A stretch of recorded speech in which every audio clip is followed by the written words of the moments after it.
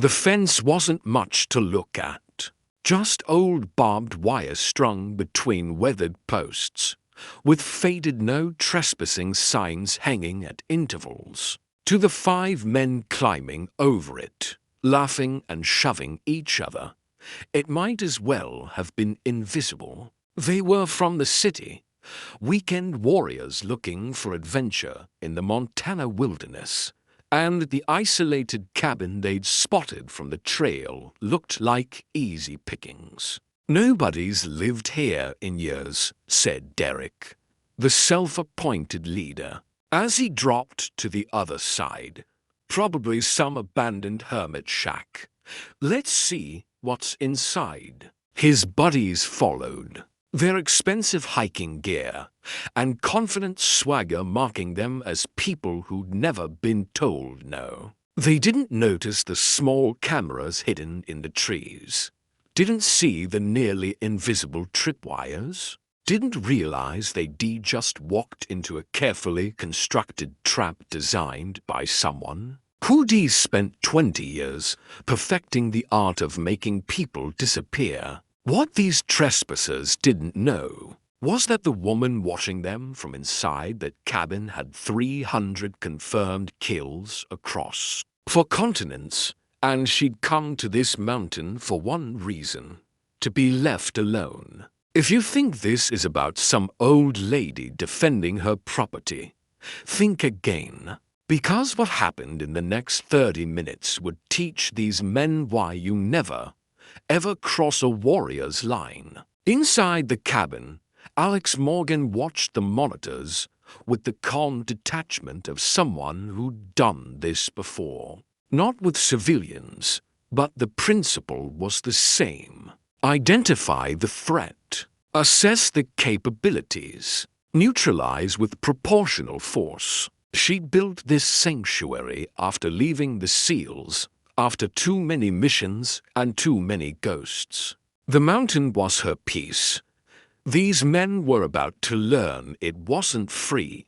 She pressed a button. The first trap activated with a soft click.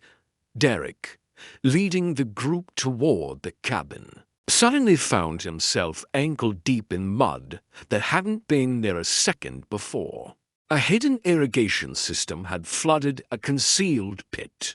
He struggled, cursing, as his boots sank deeper. "Guys, help me out here." But his friends had their own problems. The trail behind them had disappeared, not literally, but close enough.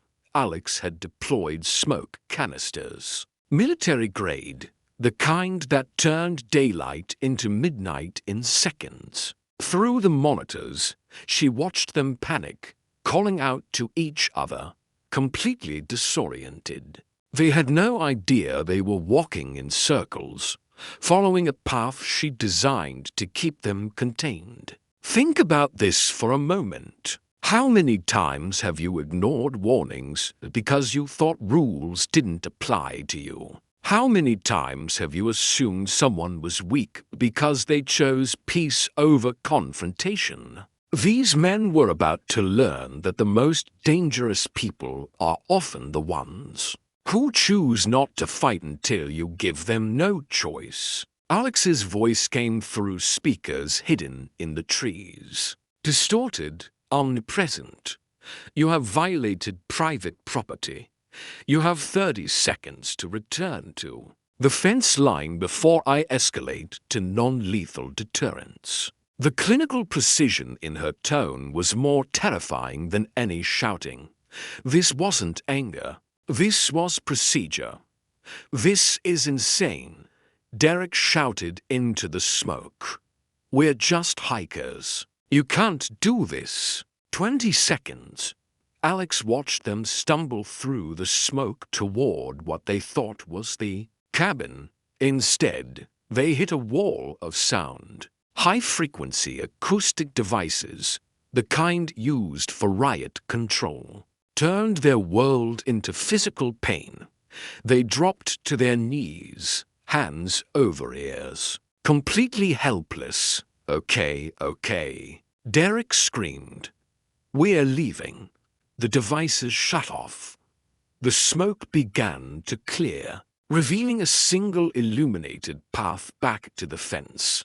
They ran, stumbling and terrified, while Alex tracked their every move. When they reached the fence, they found their packs waiting for them, neatly arranged. On top was a note in precise handwriting.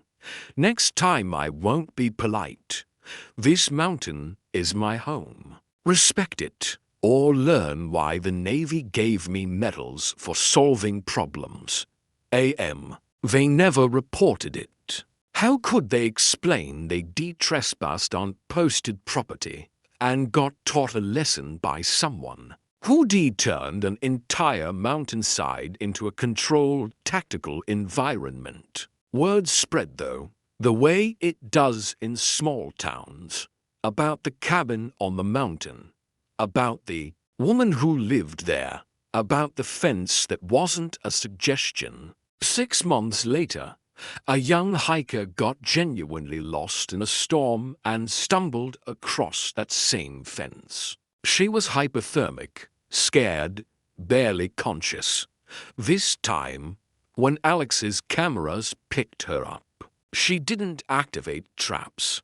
She grabbed a medical kit and went out into the blizzard herself. She carried the girl to the cabin, treated her for exposure, called search and rescue. When the girl asked why Alex had helped her, the answer was simple. You weren't a threat. You needed help.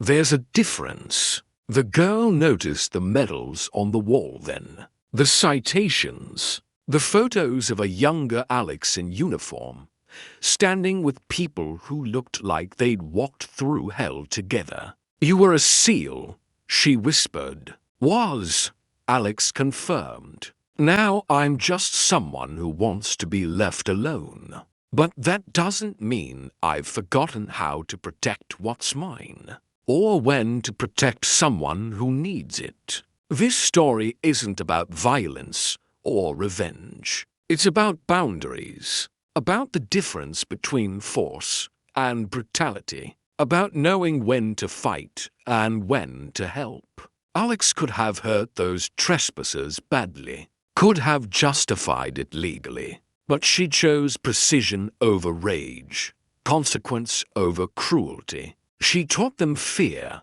yes, but also respect. Right now, someone is crossing a boundary you've set. Maybe it's physical, maybe it's emotional, and you have a choice about how to respond. You can match aggression with aggression, or you can show them that true strength is about control, about knowing you could destroy someone, but choosing to simply correct them instead. Share this story with anyone who needs to remember that the strongest people aren't the ones who hurt others. They're the ones who could, but choose not to. Who set boundaries and enforce them with precision, not cruelty. Alex turned her mountain into a trap. Yes, but also into a sanctuary, a place where respect was mandatory and mercy was possible. That's not weakness. That's wisdom earned through years of knowing exactly what violence costs. What boundaries are you protecting? And more importantly, how are you protecting them? The answer defines who you really are.